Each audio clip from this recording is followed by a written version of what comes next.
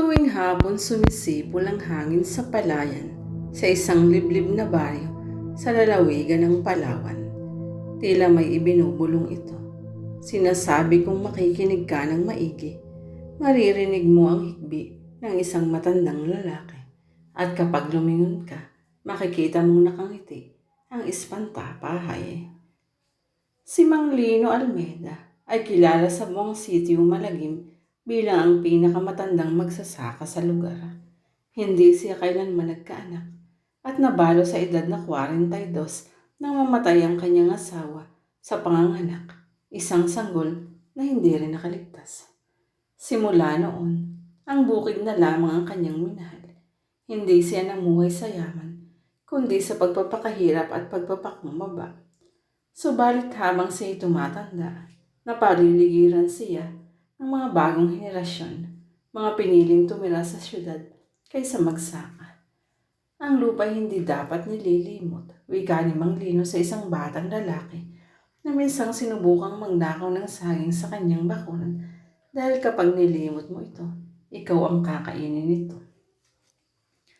Isang araw ng Setyembre, napansin ng mga kapitbahay na gumagawa si Mang Lino ng isang napakadetalyadong ispantapahay. Hindi ito katulad ng karaniwang nakikita. May suot itong lumang trench coat, sombrerong tinahi pa raw ng kanyang yumaong asawa, at mukha na tila ginamitan ng balat ng kambing na pinatuyo. May tahi ang bibig at mga mata na nilagyan ng pinaglumaang salamin sa mata ni Mang Lino. Para ito sa mga ibong mapanghas, aniya. Pero hindi ibon ang tunay niyang tinutukoy. Makalipas lamang ang 3 gabi matapos maikabit ang ispantapahay, isang binatilyo ang nawala. Si June, 14 na taong gulang, kilala sa pagiging pasaway. Huling nakita siyang tumatakbo sa bukid ni Mang Lino kasama ang 2 barkada habang nagbibidahan kung sino ang mas matapang. Kinabukasan, isa sa mga kasama niya ang umiiyak habang sinasabi, hindi siya bumalik. Hinila siya ng ispantapahay.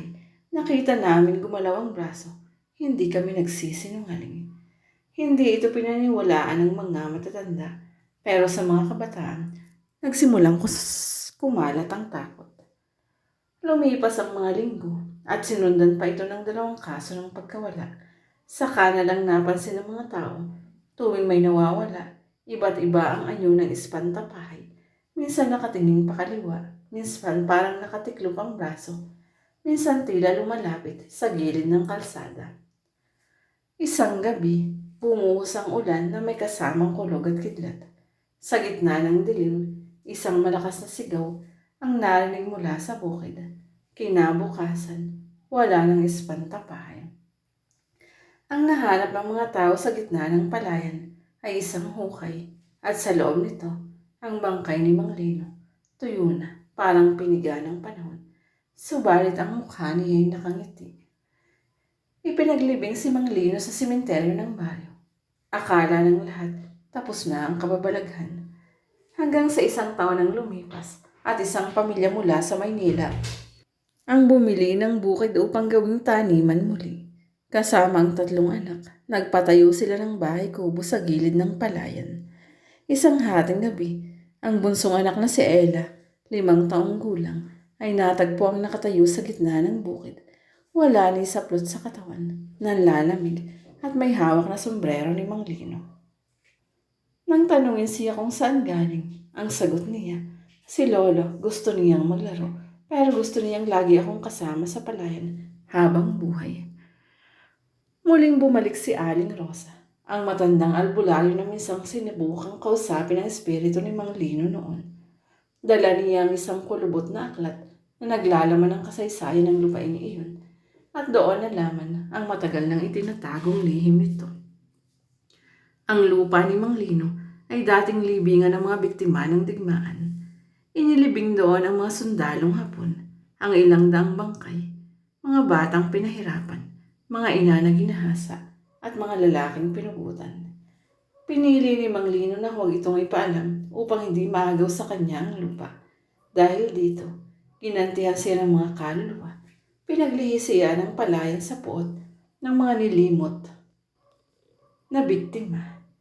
Hindi si Mang Lino ang espiritong naninirahan sa espantapahay.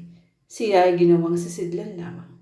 Isang sisidlan ng lahat ng galit, pagkasuklam, paghihiganti ng mga patay sa ilalim ng lupa.